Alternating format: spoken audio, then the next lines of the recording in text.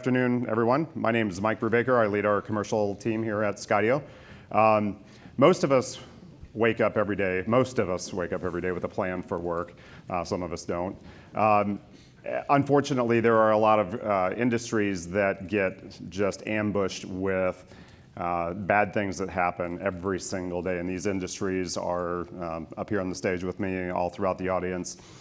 They typically are the industries that keep our civilization running, right? They deliver power to our homes, they keep the water running, they keep their communities operating efficiently, and they are just inundated with different types of incidents and events. So today we're going to be talking about how these organizations, specifically a utility organization and a Department of Transportation, use UAV capabilities in our solutions to respond to these incidents.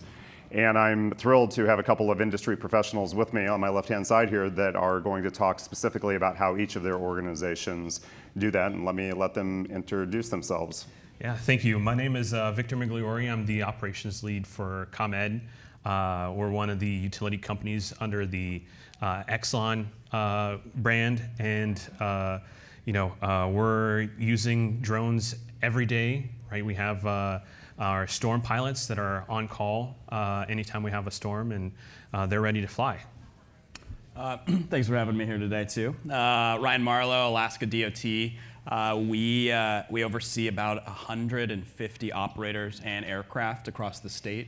And when you think of the state of Alaska, I always just tell people, imagine the entire US. We have people spread from Florida to California, all the way up to the border. That's a lot of land to cover with a very few amount of people. So for us, UAS has been an absolute game changer on the ability to manage such a massive state that's constantly changing with climate change. So very excited to showcase that here today. Awesome, thank you. This comment here from one of the FEMA deputy administrators is pretty timely with everything going on back east right now, and it talks a little bit about the proactive approach, right? We can't just come out of the gate and expect for us to respond to these incidents without having a plan. So Ryan and Victor are going to talk a little bit how they are planning today and have been planning for their next incident tomorrow.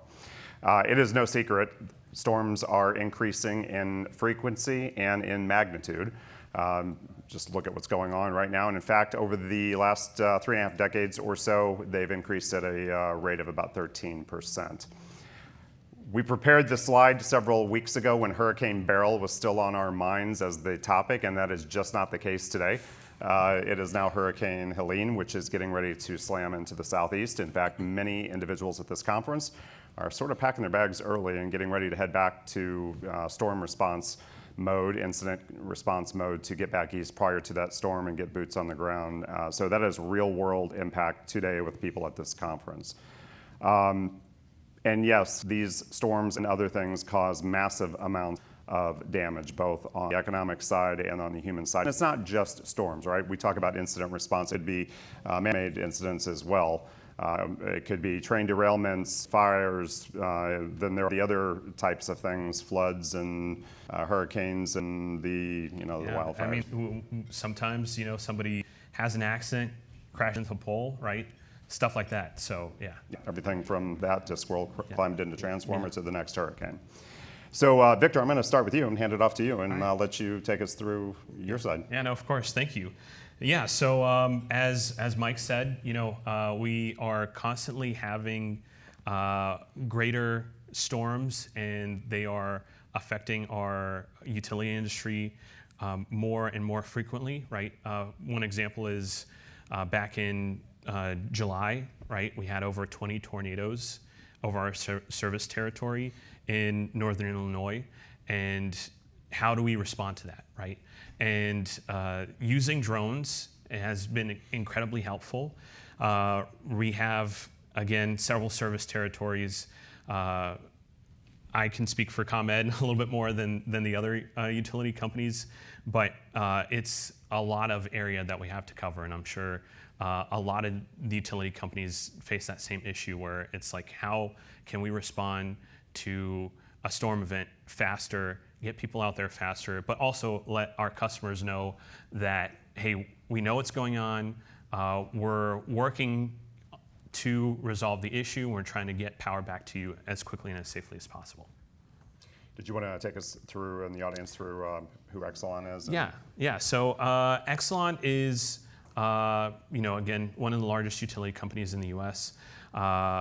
We have several different opcos. My background is with Fed. We have BG&E, Pepco, and Atlantic District. So think of out of the Northwest Corridor going DC to New York. Do you want to drive? Yeah, thank you. Okay. So we've had, more frequent and more intense storms, and with that, it's been very, very difficult for us to be effective in resolving a lot of these storm events and a lot of storm issues. So one of the challenges that we've had is how do we go out and we respond to these issues in a quick, in a safe manner, right? And as you can see, right, with those greater, we have more damage, more incidents, crews that are out trying to find down line, down poles, and remotes, and it's quite a challenge. And drones have really, they've opened up a whole new avenue to identifying a lot of these faults. Obviously, we've worked on establishing our drone procedures, and we have worked on pretty much setting up a drone emergency response playbook to help us identify how do we go out and how do we dispatch our crews, how do we dispatch our pilots, how do we make sure that we use drones as effectively as possible, right? Because there are some scenarios where using drones are better than others, right? So, a team might be able to identify an issue using a thermography camera that's on the ground versus using a drone. So it's all about establishing a good process and procedure in order to have our storm response teams have drones go to the locations that we need to when they need to be there. So the way that we try to establish that is with what I call a pre-flight checklist. So this is BG&E's, but we use Microsoft Forms as well. But we try to identify, okay, how are we going to use these drones? Where are we going to send them to? And how is it going to be utilized in the most effective way possible? So as you can see there, right, we primarily focus on locations that are difficult to get to, that might be a safety hazard for our employees, and that might be something that, okay, the drone isn't only going to save time, but it's also going to be safer. The big four damage assessment things that we try to tackle, right, are poles down, wires down, vegetation, and to reach locations. So poles down, right? Again, if it's in a location that's difficult to get to, super easy to just pop up the drone, fly down the feeder, locate where that is, take a picture of it, or if you have a live stream, right, be showing that live stream feed of what we're seeing.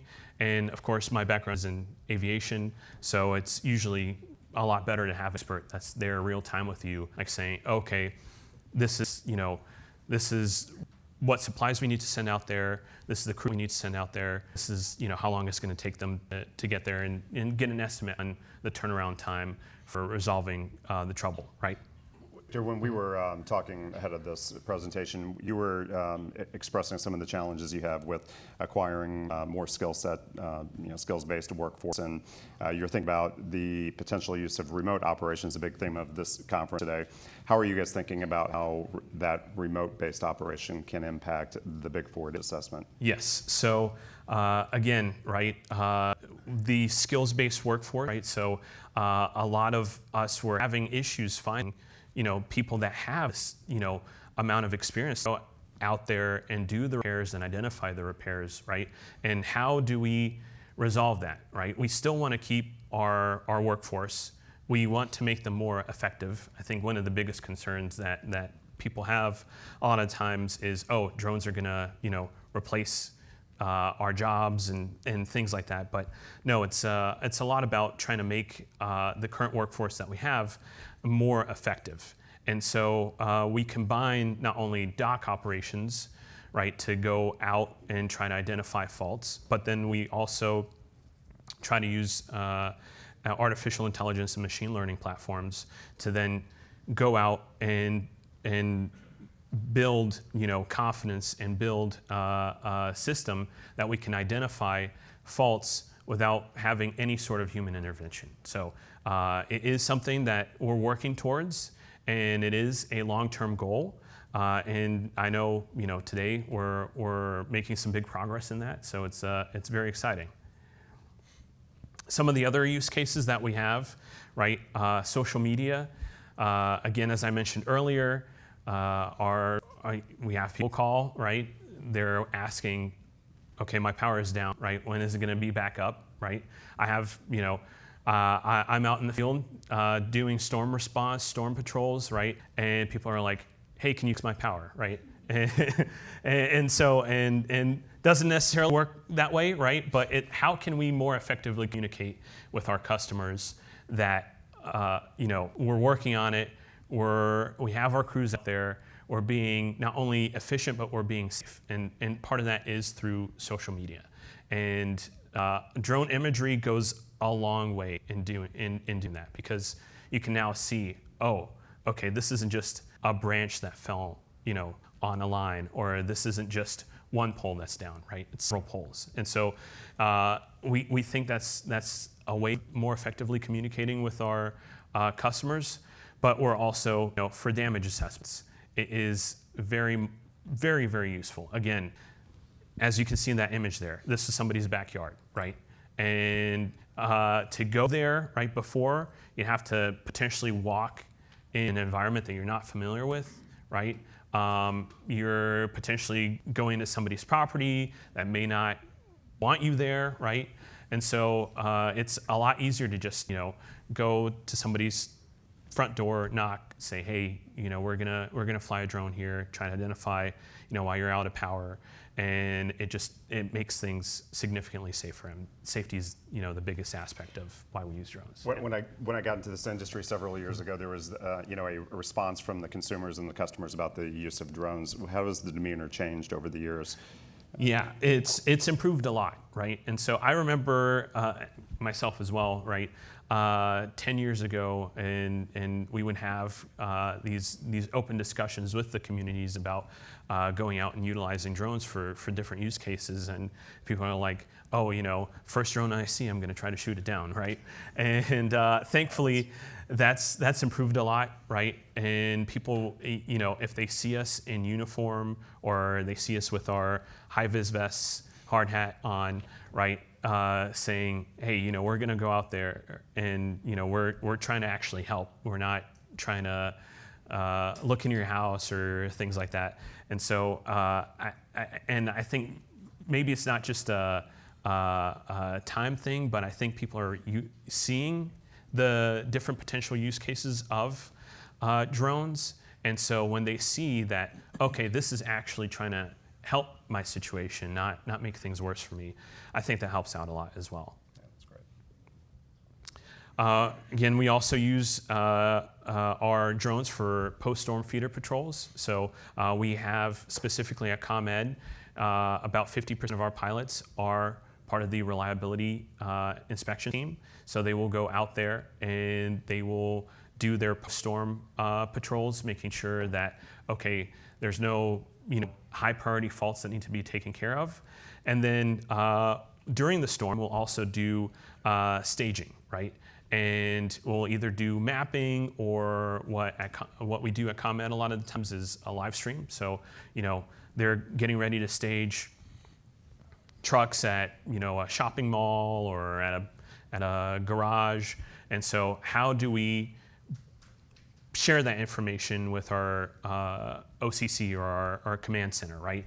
And we've noticed that a way of really effectively doing that, right, is just, okay, I'll go out there, launch the drone, start a live stream, and it's there, right? There, if somebody has a question, I'm on the field. I'm out in the field. They can just talk to me as if I were there with them, and they can see in real time what I'm seeing and provide any feedback on, like, hey, can you fly over this area, or we need more room for more vehicles, things like that. I think it's maybe hard to comprehend the kind of impact you can have when you're staging literally, dozens or hundreds of trucks, for example, coming into a response territory. Can you just try to relay the impact of that upon your organization and the public? Yeah. And how drones could help that? Yeah, exactly. And it's quite a lot of vehicles, and staging them, it's it's not something that you just do right then and there, right? We plan for this stuff months or even years ahead of time, right? The best staging locations for if there is an incident over in this area, or if there's an incident, in our northern region at ComEd, or if there's an incident in the west region. And so we try to work with the communities as well for staging the vehicles during a storm event. However, right, maybe there's some information that we didn't know or that we weren't familiar with. And so having a drone pilot that can go out there and broadcast this information is extremely useful. So we still use our traditional damage assessment methods as well, alongside with using drones, right? It's not something that's 100% one or 100% the other. We do leave that for our UAS pilots to try to decide on their own, right? If maybe it's better to just take the drone up, take a quick picture, come back down, or maybe on a lot of our damage assessors' vehicles, they'll have a PTZ camera that they can just point. You can see there, it looks like that insulator's fallen off of the crossarm, right? Okay, that might be something that I don't necessarily need a drone for, right? But then we also are trying to integrate automation more and trying to use that alongside our traditional methods for identifying faults. So again, we're kind of stage 1 to 2, right? We started doing one-to-one operations. We're hoping, now with the X10 dock to get to one-to-many, to where we have one operator in a command center operating multiple drones at the same time. And ultimately, we do want to have, the goal of having a drone go out anytime we have a storm, right? Identify, based off the data that we have, what feeders we need to go to, and go ahead and just automatically do a scan without needing a pilot there at all, right? Yeah. Could you maybe talk a little bit about how your organization is looking to then take that data, process it in AI, and specifically use AI for anomaly detections for damage assessment? Yeah, so it's definitely something that we're working towards. We are using software right now to build and train to identify these faults, right? I think there's a couple of things that we're really focused on. So cross arms, conductors, the tops of poles, and we're trying to train our machine learning software on that data, feeding it more images so we can build, the confidence to where, okay, some cases, yeah, you'll still need to have a human look at that image and say, okay, yeah, that's a broken crossarm. But a lot of that work can be identified by machine learning software. Or, it might even identify something before we can even get somebody out there. And that's really where it helps with a lot of the preventative maintenance and a lot of making sure that we're resilient as a utility company, making sure that, we have the best preparation possible before there is even a storm. That's the get back up fast that Adam was talking about earlier. Yep, exactly. So as you can see here for BG&E, right, we've identified our substations and where in the future we would like to set up our drone docks. And you can see it covers 80% of their service territory. So it's something that with the Beyond Visual Line of Sight waiver and with the drone docks, we could not just only storm response, right? Tons of different things. One that we focus on a lot at ComEd is substation inspections, which again we talked about earlier this morning. But it's definitely a game changer in that aspect, and we hope that not only with the new technology, right, but with the changing regulatory environment, we can then go out and we can have these docks improve our safety and improve our reliability. So with BG&E, they've talked about the 80% number. That figure changes a little bit as you go into your service territory specifically. Yes. Not quite as high just due to longer feeders. So as the geography changes and the assets change, that gets impacted. Yes, that is correct. So, again, right, it's a new technology, right, but also the regulatory environment. We might be limited in the distance that we can fly. And so, again, yeah, the distance between the substations might be greater than the distance that we're allowed to fly or that the drone is able to. And so that's why we're closer to approximately 60% for if we had a drone dock installed. How do we get you to 80%? Like, what's the magic number for distance? Yeah, exactly. I mean, maybe fixed wing, who knows, right? we got to test it out. Dock X100, right? Yeah. Okay. So we'll see. Next year. Next year. Next descent. Yeah. And then as well, so we talked a little bit about how the traditional damage assessment works, but with the drone in a box damage assessment, right? It's the same steps, but now we're using the drone in a box, right? And so we're going out there, but fully autonomously, trying to identify the fault, assess it, and then have the machine learning software then give a priority to that fault, like when does it need to be repaired, and then send out our truck rolls and send out our crews. Awesome. All right. Victor, thank you so Yes. much. That's super helpful. We look forward to rolling those out and getting to a better state for you guys Yeah, here. of course. Brian? Thank you. Where do I start? Natural disasters. Yeah. You saw during today's keynote, if you guys were watching it, where we're deploying drones at, all across Alaska. We have had our fair share of disasters. I think since our UAS program, we've responded to 16 large-scale disasters. That's earthquake, erosions, avalanche coming down through neighborhoods, landslides here lately. And so really a lot of this technology, we're taking multiple pieces of technology out there, but they're finally all complementing each other. We're out there with Starlink, and we're able to live stream from places that we've never had, let alone a 2 meg connection, but broadband connectivity. So what we're looking at is the ability to scale remote operations, the ability to share that load. I talked earlier about we don't have enough staff to be everywhere at once, but we do have enough technology. And so if that technology can be pre-pushed out there, the ability for us to log in and remotely scan, remotely operate, share that load to collect that data, that is the key item that we've been working towards, and it's being successful. The X10 platform, as part of the US DOT SMART grant, which ours is the Arrow project, we've found tremendous growth and are ready to scale that model going forward. So we call it our 172 rule, which is basically whatever you can fit into the back of a Cessna 172 is what's going with you. And so now that systems are getting smaller, we can bring a survey kit, an X10, a Starlink panel, and one person can do the job that it used to take a team of 10. So that is really changing. And as we look at docks too, reducing our carbon footprint, a lot of our operations, if we're going out to the Aleutians to go do mapping missions, that's a $16,000 to $20,000 flight to charter that jet, get the team there. So we're really excited to see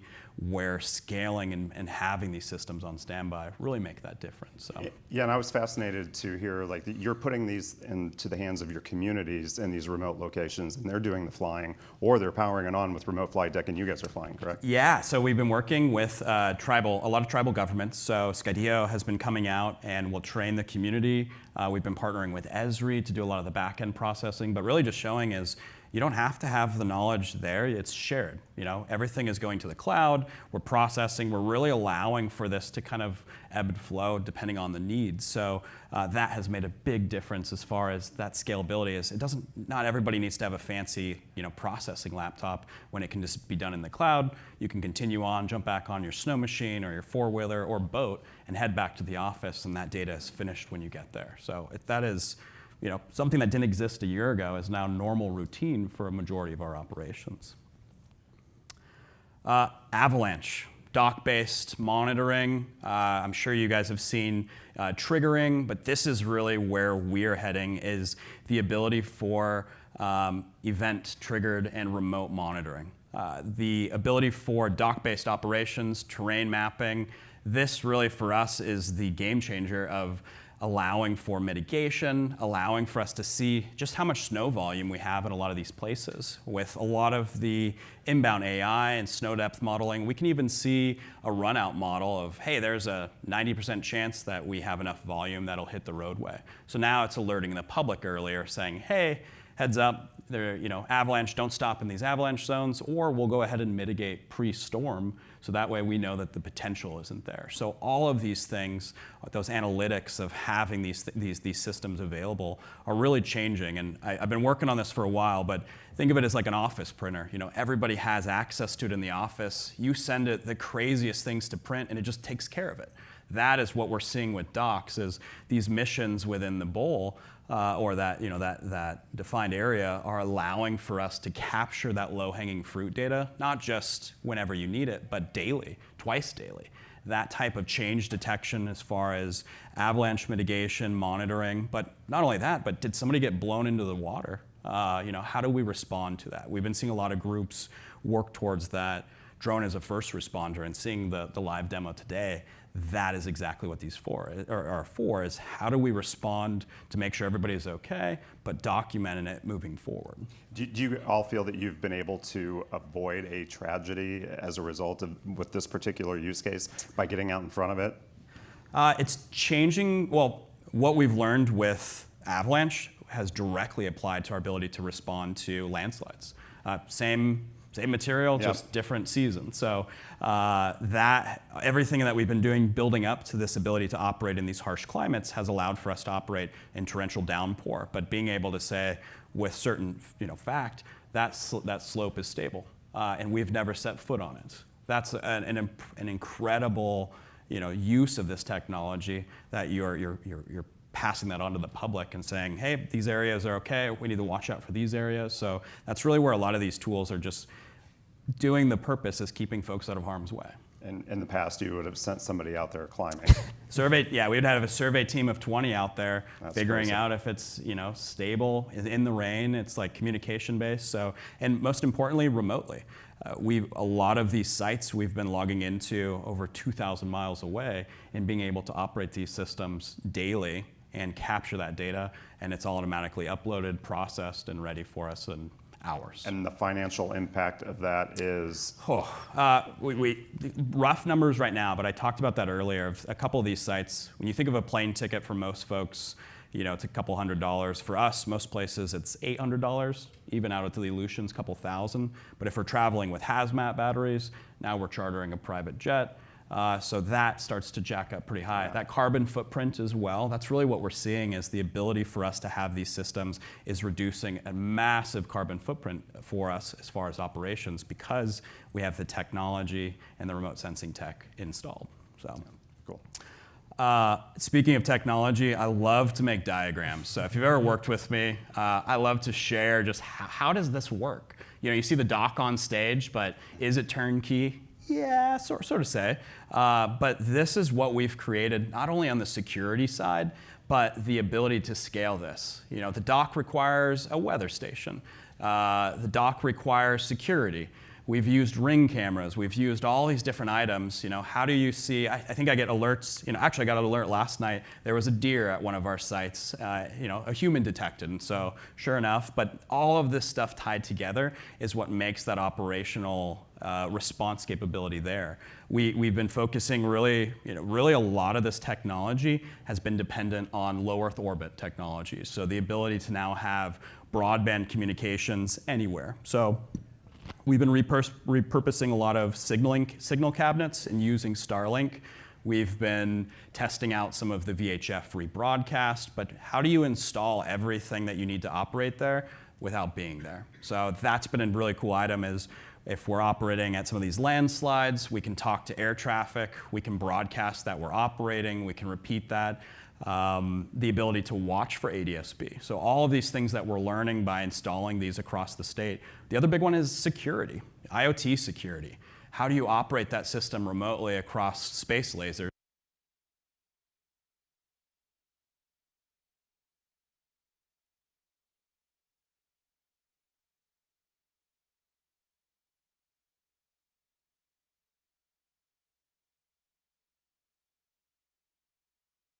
How do you keep that item encrypted?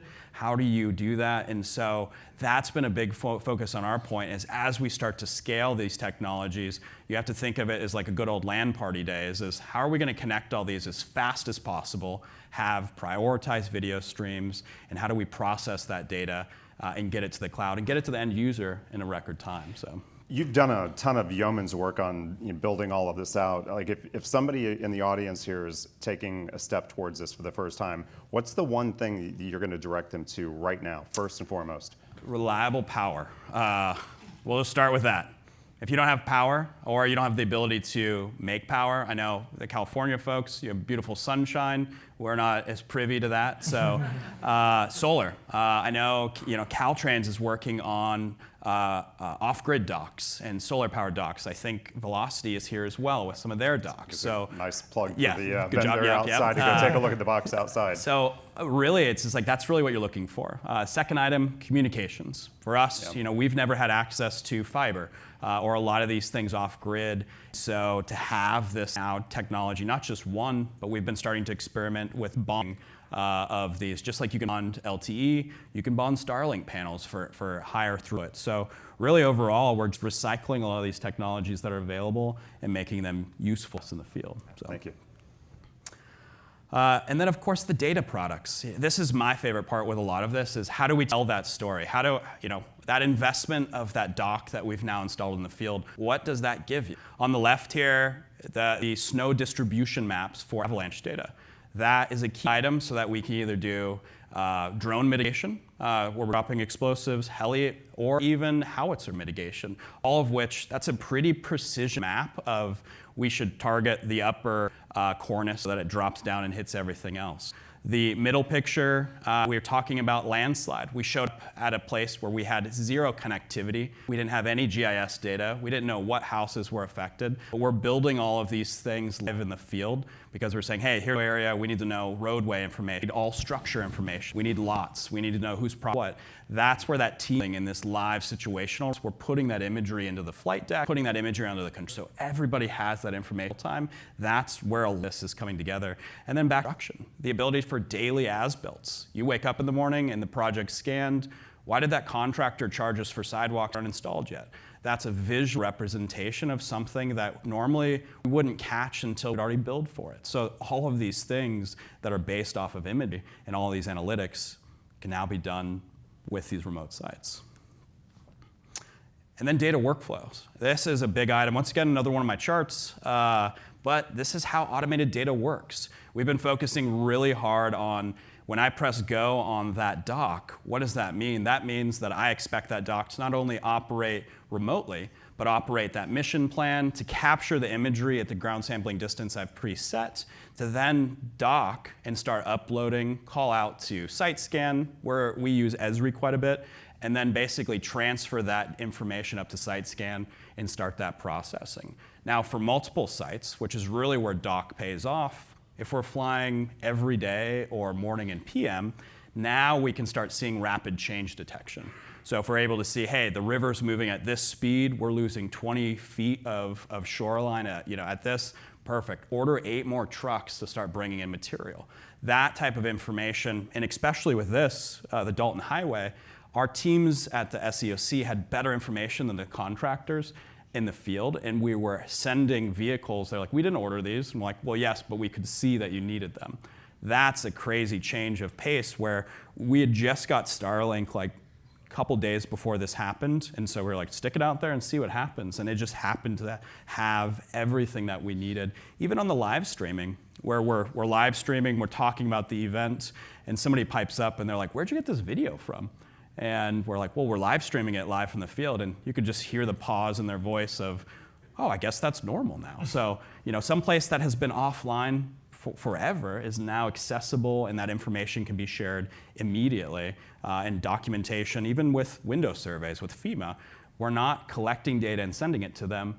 They are on the Teams meetings. They're in the field. They're watching this live, and we're all making these decisions together. Which is a huge business problem in and of itself to pull all of that together. And I think you're going to talk a little bit about that. Absolutely. So, and when we're looking at this data, the big item for us is how do we collect this data as a structured environment, as a team, and have it all flow. So as we're collecting the imagery, as we're conducting, we're showing up, we're following under incident command system.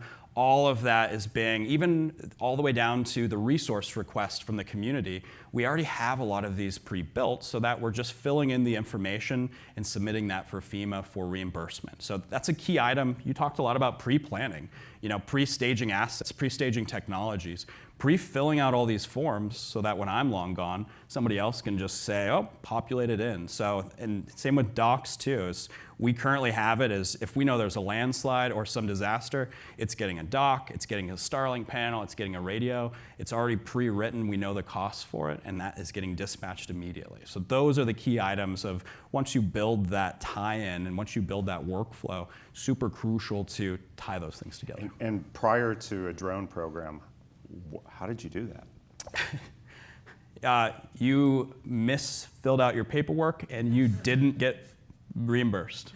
That's what happened. So when we're looking at cost effectiveness, we're fixing a lot of error, the human error factor in that, and it's like there are a lot of states that, you have to eat those costs. So we're fixing that gap with data that we've never been able to capture before. Yeah, that's awesome. I don't know. Yeah, I have one final question for the both of you, and I think we'll open it up to questions from the audience. 3 years out, 5 years out, what is like one problem that you were really hopeful that you can solve with remote-based operations? Victor, why don't you take that first? Yeah, no, so definitely being able to identify faults and identify hazards as quickly and as efficiently as possible, right? So the one program that I dedicate a lot of my time to, not related 100% to storm response, but is a substation inspections using the dock, right? And so our goal is to have one dock per substation in the future. But not only will that help with just the substation inspections, but just a lot of data collection and data that we can use for things that maybe we're not even 100% sure that we needed data for before, right? And so things from identifying fence line security that we talked earlier to, again, looking at snowplow routes or looking for like construction in the substation, construction nearby to where our property is, things like that. So, oh, I got to choose my favorite ones. So just one. Yeah, one. Installation of docks on our critical assets. And what I mean by that is, Alaska's split into aviation, highways, and marine ferry terminals. So docks that sit on airports that can collect, and document that schema and say, hey, something's out of line, or docks that sit on our ferry and inspect that ferry either in transit or inspect the port of call really looking at these things holistically, but not just DOT having access, having the entire state and multiple agencies have access. So that's really where we see this, back to my office printer concept. Anybody in Texas should be able to print, and use these docs in Alaska. That back and forth, and from what I've seen, even today, it's like, it's here. It's like we're getting ready to see the shared use of, we can have assistance from anybody in the world and have that information immediately. So. I feel like other state governments should look to Alaska as a North Star for some of the technology you guys are deploying. The incredible use of your drone program, Ryan. Thank you so much. I'm going to open it up to questions from the audience, and Tommy will pass the microphone around for us. Yeah, hi, thanks for that. Wonderful presentations. I have two questions. First, I want to get a feeling from you about what kind of sensing devices are being developed. We see a lot of visual images because we're very visual animals, but what about other kinds of sensing beyond the electromagnetic spectrum that we see, but other perception devices that would be good for evaluating electrical faults or avalanches or other problems? That's my first question. And my second question has to do with actual intervention. I mean, how much are you using drones? I heard you mention using explosive to set off avalanches, but clearly, can you use drones to intervene so you identify a potential fault? Can you use drones to go in to remote places that are really hard for people to get to and use the drone to actually cut a tree limb or fix a device? So I'd like to hear you opine on both of those. I guess I'll take the first shot at it. First item is IoT sensors. I view drone as another IoT device. It's collecting data, we're looking at it, but we're also seeing sensor-based technologies, hydrophones. In Alaska, we have our Shake Alert system. We have a lot of these systems that are out there, in many cases legacy systems, that when you're saying, hey, what triggers this event, we're taking those items and say, hey, if this happens or an earthquake is detected here, pop the dock up and go take a look at stuff. Start collecting that data. On the avalanche side, we've started installing hydrophones that vibrate when that much snow mass is moving, which is an early indication that the avalanche is happening real time. That then would trigger the dock operations and allow for us to respond, or at least alert the public, hey, an avalanche has occurred at this location, heads up, secondary and third ones are inbound. So that's really where we see IoT devices. I don't know too much on the Skydio side as far as what's being integrated more on board the platform, but a lot of this environment around on the outside is what's adding to those event triggers, what's accompany that weather-based. We're starting to see virtual VWAS stations get installed. Instead of having these only sites at the airport, people are starting to dispatch them where we have these microclimates. So really, the Internet of Things and tying all these things together are allowing us to have that better picture of what's actually happening out there, which is really all we're doing, is just trying to figure out what's happening so that we can make those informed decisions. So what was your second question? The sensors. What you do to intervene, could you fly in during a storm and cut a branch that you see as wacky? Got it. Or could you Pass that back over to you. Yeah. Physical repair system with delivering things that people can't easily get to be able to do these things? Yes, that's a great question. I'll answer that part, and then I'll go into the different sensor packages. So we're looking at several different things, right? One of the projects that Exelon has worked on is installing bird diverters on our transmission lines. So believe it or not, birds, yes, they've been flying, all over the earth for millions of years, but there's this thing that's come into existence in the last 100 years that they're not familiar with.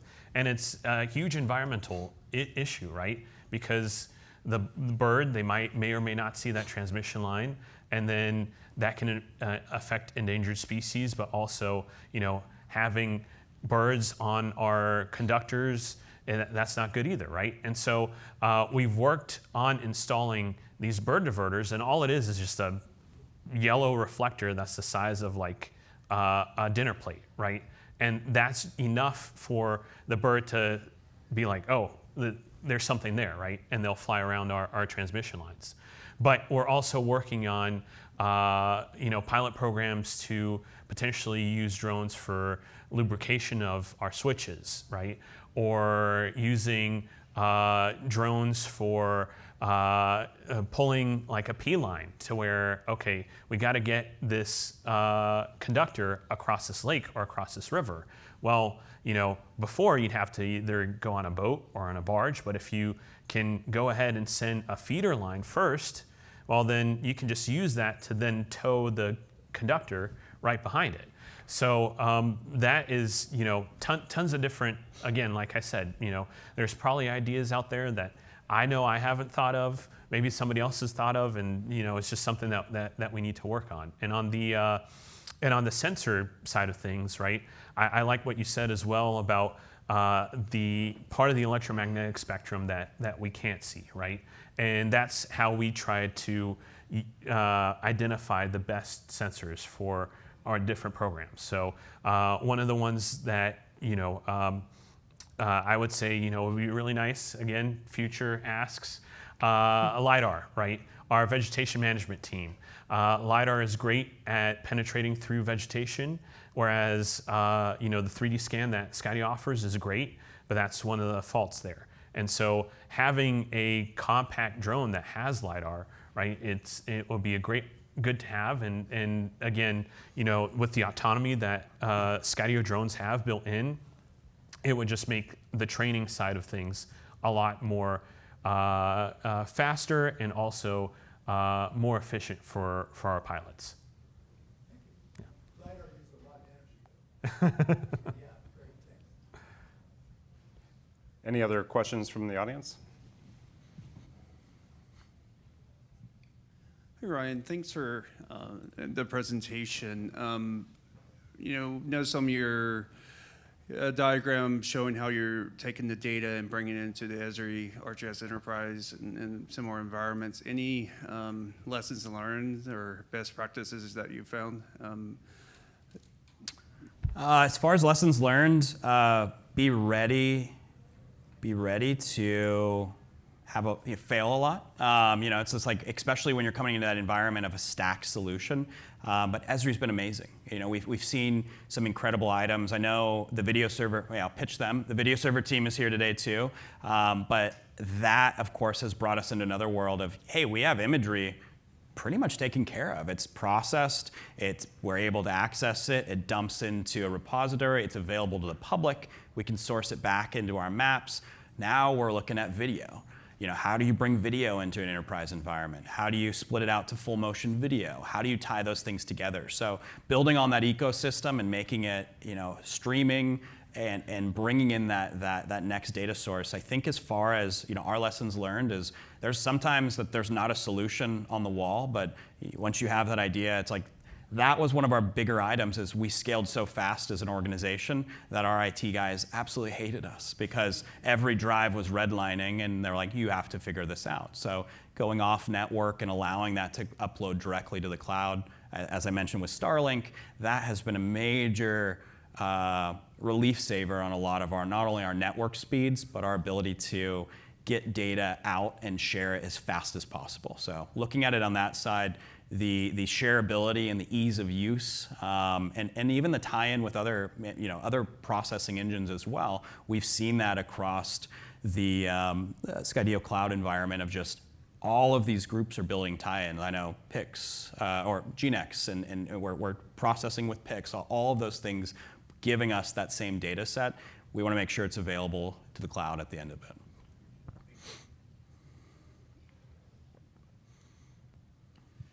Hi, thank you to the entire panel. I think this question is probably more directed towards Emmy Award winner Ryan Marlowe. When it comes to, right, you mentioned that for certain types of events, they get Starlink dock gets deployed. Is there a quantitative kind of matrix that you use to determine, is it magnitude of damage? Is it time expected for cleanup of this one gets a dock, this one just gets routine normal flights? Great question. This has been an interesting one on the DOT side. Is I always try to tell, we are not first responders, but we are, because we have this technology, we're coming into this environment to tell a story. A lot of these landslides, we're showing up to these places as the first one, and normally are switching from, all right, let's get video, let's figure out what happened, if we're assisting with victims or any issue there, it's hey, how do you switch from that to then, as you mentioned, long-term data collection? So that's a hard mindset to jump into, but I will say utilizing ICS for those groups that do not utilize incident command system, that is a crucial element of there that you plug into. You show up on scene and basically step in and you're like, all right, well, we're here to do this. After this gets taken care of, now data collection. So that, I would say, it's been the best lesson learned is make sure you have that ICS system enabled if you are responding as a large-scale agency, and it definitely takes care of a lot of those items. Or if you're a single individual out there, it helps with the documentation process to make sure you're just not trying to take care of everything at once, because that doesn't do anybody any good. So. Thank you for the excellent questions. We're going to wrap up with a couple from our virtual audience. So we've had this streamed virtually and had some questions come in. So one of the questions was, for FEMA claims, is there a business case to perform pre-disaster critical infrastructure missions so that you have before and after data? I guess this is me again. I wish we could say that we could do, and I guess reading that question, like going out and collecting information before a disaster. We do not have that luxury in a lot of the state. I wish I could decide where earthquakes are going to happen at, but for the most part, we are responding to events that are near communities where there is loss of life and items like on that side. So as we're looking at this moving forward, it's really critical to be able to tell that story. You know, the pre-post damage assessment, that window survey is incredibly important to be able to conduct that correctly and capture that data so that you can showcase, hey, what are we looking at? How does this change? How does the team move forward? So hopefully that answered the question you're looking for. I think I can answer at least from one industry perspective, and that is the utility industry. It is absolutely critical for them to have records of what infrastructure looked like prior to a storm when it comes to recovery costs. So at least from that industry's angle, yes, the answer is yes. And if you don't mind going back one slide, I think you can show the actual FEMA policy as of 2020. Yeah, All right, 2 slides, I'm sorry. One more slide, there we go. Great. And then I think this question is for Victor. Has ComEd management been supportive of the ecosystem initiatives? What challenges are you experiencing at management to buy into large-scale adoption? Yeah, so that's a great question, right? Drones, even though they've been around for a while, still a new technology, right? And to get buy-in, it's a lot about showing what the future could be, right? And what drones can solve that we're currently having issues with. And there's a lot of things that are, again, right, storms, that we're having more of them and they're more intense. And again, like I was saying, the workforce that we have, they're great, they're very skilled, but it's becoming more and more overwhelming if we don't grow our workforce, which we aren't. And so with that, we have to find some other way, right?